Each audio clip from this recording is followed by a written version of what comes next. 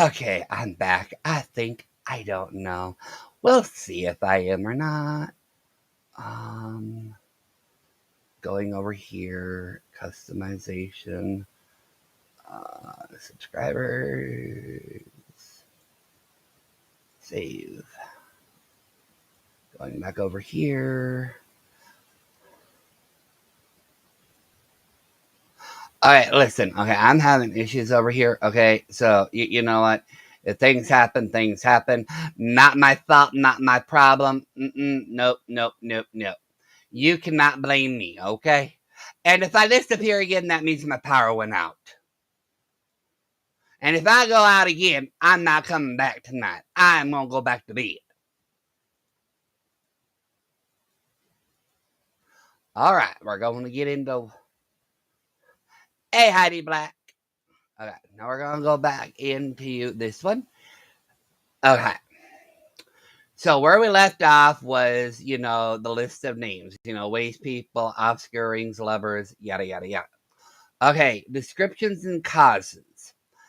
In the popular imagination of the mid 19th century, poor white trash were a curious breed of degenerate, gaunt, haggard people who suffered from numerous physical and social defects. They were dirty, callow, ragged, cadaverous, leathery, and emaciated, and had feeble children with distended abdomens who were wrinkled and withered and looked aged beyond their physical years, so that even a 10-year-old's countenances are stupid and heavy, and they often became dropsical and irksome to sight. According to a New Hampshire school teacher, the skin of a poor white southerner had a ghastly yellowish white tinge to it, like yellow parchment, and was waxy looking, or they were so white they almost appeared to be albinos. They were listless and slothful, did not properly care for their children, and were addicted to alcohol. They were looked on with contempt by upper class Southerners. Harriet Beecher Stowe described a white trash woman and her children in Dread, a tale of the Great Dismal Swamp, published in 1856. Crouched on a pile of dirty straw sat a miserable, haggard woman with large, wild eyes, sunken cheeks, disheveled, matted hair, and long, lean hands like a bird's claws. At her skinny breast, an emaciated infant was hanging, pushing with its little skeleton hands as if to force nourishment which nature no longer gave, and two scared looking children with features wasted and pinched blue with famine were clinging to her gown. The whole group huddled together, drawing as far away as possible from the newcomer, looking up with large, frightened eyes like hunted wild animals. Poor white trash were generally only able to locate themselves on the worst land in the South, since the best land was taken by the slaveholders, large and small. They lived and attempted to survive on land that was sandy or swampy or covered in scrub pine and not suited for agriculture. For this, they became known as sandhillers and pineys. These hard scratch inhabitants were seen to match their surroundings. They were stony, stumpy, and shrubbery as the land they lived on. Restricted from holding political office due to property qualifications and their ability to vote at the mercy of the courts, which were controlled by the slaveholding planters. Poor whites had few advocates within the political system or the dominant social hierarchy. Although many were tenant farmers or day laborers, other white trash people were forced to live as scavengers, thieves, and vagrants. Vagrants. But all employed or not were socially ostracized by proper white society by being forced to use the back door when entering proper homes. Even slaves looked down on them when poor whites came begging for food.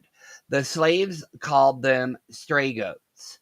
Northerners claimed that the existence of white trash was the result of the system of slavery in the South, while Southerners worried that these clearly inferior whites would upset the natural class system, which held that all whites were superior to all other races, especially blacks. People of both regions expressed concern that if the number of white trash people increased significantly, they would threaten the Jeffersonian ideal of a population of educated white freemen as the basis of a robust American democracy. In his classic study, Democracy in America, 1835, French aristocrat Alexis de, I'm not pronouncing his last name, sees the state of poor white Southerners as being one of the effects of the slave system. He describes them as ignorant, idle, prideful, self indulgent, and weak, and writes about Southern whites in general. From birth, the Southern American is invested with a kind of domestic dictatorship. And the first habit he learns is that of effortless domination, which turns the Southern American into a haughty, hasty, irascible, violent man, passionate in his desires and irra- irritated by obstacles. But he is easily discouraged if he fails to succeed at his first attempt.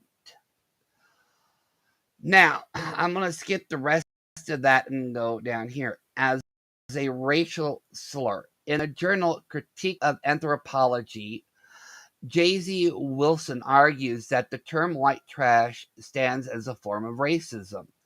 And Annalee Newitz and Matthew Ray, writing in the Minnesota Review, consider it an instance of yoking a classist epithet to a racist one.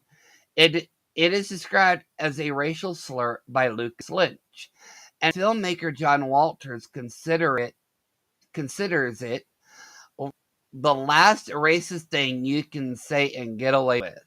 In 2020, Reader's Digest included white trash on its list of 12 everyday expressions that are actually racist. So, when I say to that, and I'm going to go and replay the video. Hold on here, because I have to go back over here and find it again, Yeah, because I'm all about that. Oops, I lost it, didn't I? Yes, I lost it. Hold on here, people. Hold on. I got to go back and find it. Talk amongst yourselves. Okay. La la la la la la la. Talk amongst yourselves. Got to find it again.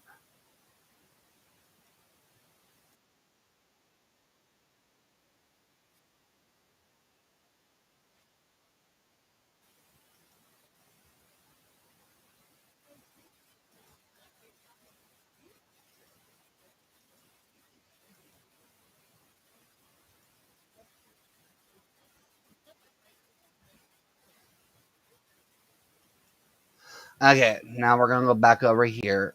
And once again, I did not want to give this creator any type of clout. So we'll just go over here and we'll start. Because you can clip this out of context. Are you ready? Are you ready? I'm a white trash cracker honky motherfucker, a porch sitting bitch. Okay? All right? Did you catch that? I'm a white trash honky cracker. What did I say? Cracker motherfucking porch sitting bitch. Okay? I listen to, oh my god, heavy metal music and crazy Viking music. And that means I'm racist. I've heard it all, okay? I speak German to my dogs, so my family are Nazis. Okay. Like I said, you have no idea what the hell you are talking about. Okay? Calling yourself a cracker, calling yourself white trash is an insult, not just to you as an individual, but to your family and to everybody in general. You literally insult the entire, and I hate to use this term, but that word affects so many people and it's wrong to use it. Like I said, that would be like me calling me that's like myself calling me faggot or a retard. Okay, even though I'm calling myself those names, I'm still giving power to words that have hurt many people for a long time. You cannot sit there and claim ignorance. You cannot sit there and claim stupidity. Anybody who supports this type of thinking or this way of thinking, you're totally, literally messed up. She is literally like the JY. She is literally the female version of John Yates. Okay? She don't give a damn who she hurts. She don't give a damn that she uses the word ethnic. She doesn't care that she has used racial slurs. She don't care. And her excuse for the argument is that she is an ignorant white woman. No, that is not a valid excuse. That is not an excuse. There is no excuse to use any type of derogatory word, even if it is directed at you. Words have power. Words hurt. It wasn't that long ago that the term faggot was still used. It wasn't that long ago that the term retard was still used. The N word is still used. The word ethnic is still used. White trash is a slur. It's demeaning. It's derogatory. The more you say these words, the more power you give them, and the more you make it seem like it's okay to say these words. Well, she said it. No, there is no excuse to use any type of word, regardless if they're directed at you or not. Words hurt. People like you need to grow up. If you cannot accept or acknowledge that words are hurtful or that certain words should never be used or said, then maybe it's time for you to disconnect because you are unwilling to change. That's not taking anything out of context. You literally compared listening to heavy metal music as racist. You compared listening to Viking music as racist. You compared talking in German to your dogs means you're a Nazi. This is how unhinged you are. You have no comprehension of anything that you are saying anymore. just like John Yates. We all know what happened to him, or what is happening to him.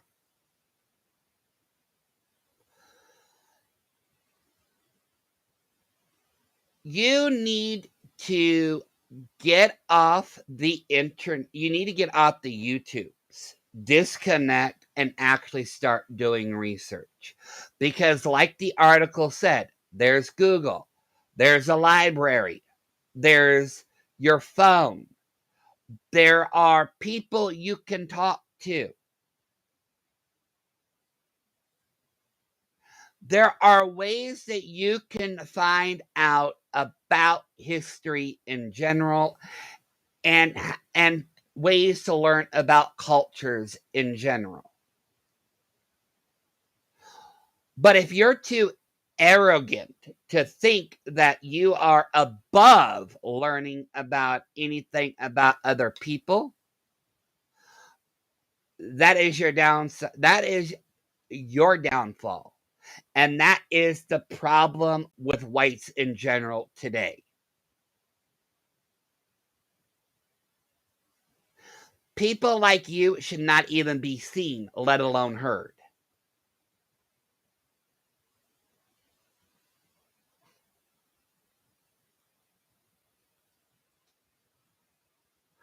Yeah, Navy techs, but I screw up the English language all the time. But you do have a point. Learn a new language. It'll teach you about the culture. It'll teach you where, it will. I agree with you on that.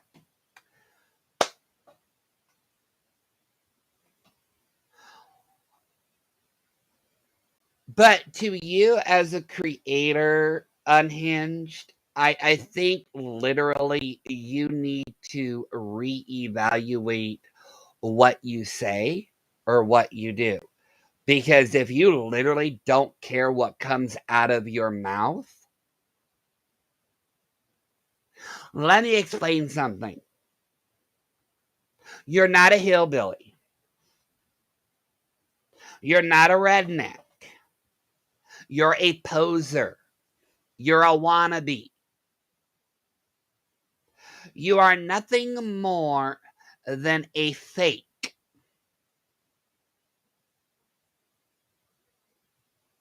You need to accept the lot in life that there is nothing remotely special about you.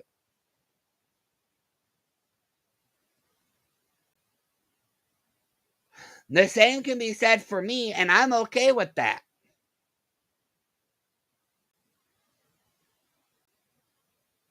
But I am actually being serious. You need to reevaluate your life as a whole. I could say something, but I don't want to go in that direction. And I'm not going to go there.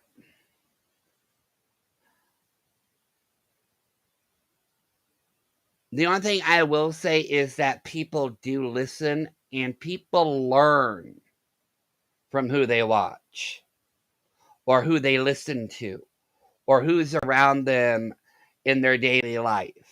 I wouldn't want you nowhere near anybody I know in my daily life. You're not white trash. You're just a piece of garbage in general. You, as I said, have no respect for anybody, not even yourself.